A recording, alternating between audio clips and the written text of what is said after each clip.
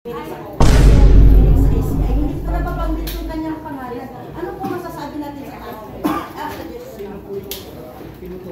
Romualdez po.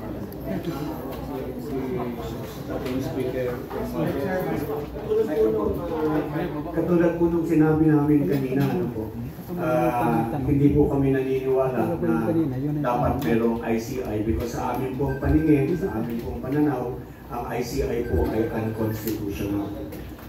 Tsaka ito po ay pampatagal lamang ng proseso para nga po makalimutan ng ating mga kababayan yung tungkol sa mga nangyari para ma-divert ang attention. So, tutol po kami sa UBI, sa mga ginagawa. Yung ICI po, gusto namin ipa-abolish. Another question naman, as vloggers, makabayan, ako na unahin na makabayan. Nakikita natin May dalawa lang question sa mga fan. Hindi yung sagutin ito, no? anting yung sa tao.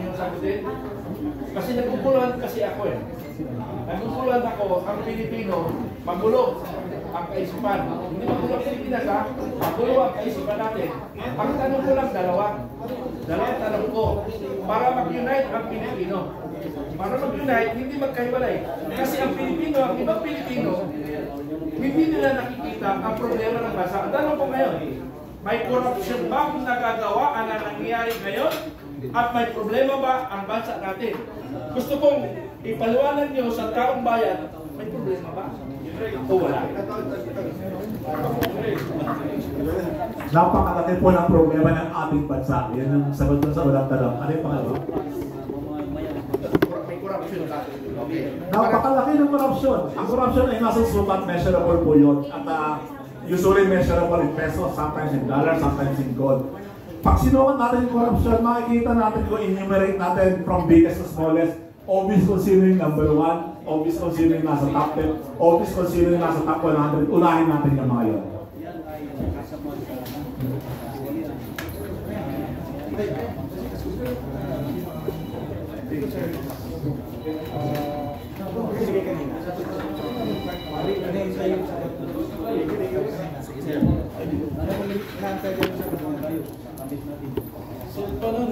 Maraming ko yung tanong. Yes. Meron ditong essay, ito ang pagpanta Si President Bongbong Marcos sa mga sangkot sa korupsyon, sa flood control at iba pang infrastructure projects ng pamahalaan. Sabi ni Bongbong, una, mapanagot ang mga kasama rito sa korupsyon. Pangalawa, magagawi ng gobyerno ang perang ninakaw nila. At pangatlo, gagawa tayo ng mga reforma para ang ganitong klaseng korupsyon ay di na mauul. Saan? Ni Pangulo sa isang press conference ngayong Webes.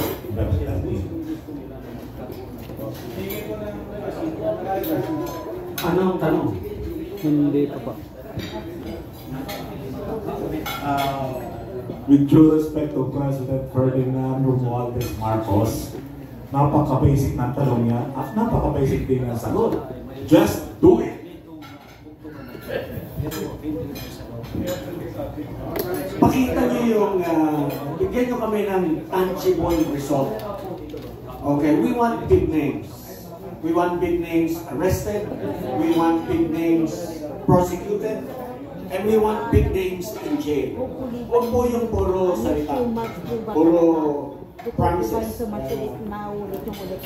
You have to walk the talk. Let's see it. Yung secret na deliberation ninyo doon sa ICI, ang purpose po doon kaya secret, para mamatay ang interest ng taong bayan, para mawala ang focus ng taong bayan doon sa korupsyon na nangyayari. Dribble nga po eh. So, gusto ninyong makalimutan na ito ng mamamayan. So, naniniwala po kami sa inyong intensyon doon sa sinabi niyo na gusto ninyong gawin. Gusto lang po namin results. Mabilis na result. Tangible ngayon na. Ika nga, now na. Mindanao.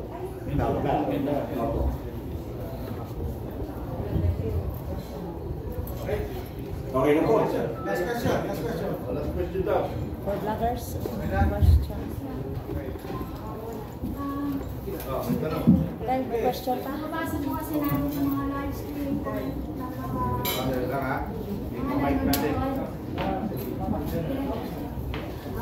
Rally kayo ng rally, wala naman nangyayari, sabi ko sa mga nanonood. And then, nahuhuli ka ng mga vloggers, yung mga pangyayaring mga pangkukurap, tulad sa mga DPWH. So, nawawalan ko ng pag-asa yung mga taong bayan na magkilahok, magibahagi. So, can you encourage them, attorney, or any of you, para po sila ay maging kabahagi nitong darating na November 16, 17. Alam niyo po yung mga kasundolohan, citizen din sila ng bansa.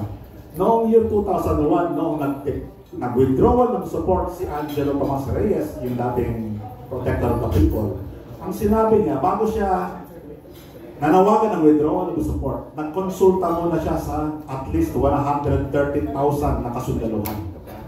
Nag-withdraw ng support muna sa baba. Pero tahimik lang sila, dahan-dahan nila pinaalam pataas. Yung withdrawal ng support nagaling sa baba. Kapag ganyan karami, nung araw 130,000 CCO, sa atin, kaya-kaya yan. Kasundaluhan pa lang yan, ha? Paket ng paket, pagdating doon sa taas,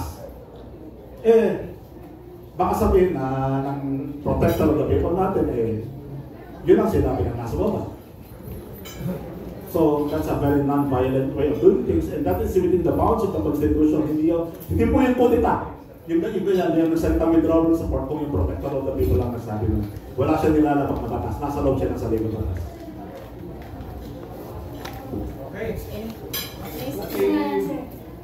Sa nakaraang media forum sa Kamara Record, nasabi po ni Governor Kelvin Singson na wala nang pag-asa ng Pilipinas kung hindi mapapalitan ang namumuno.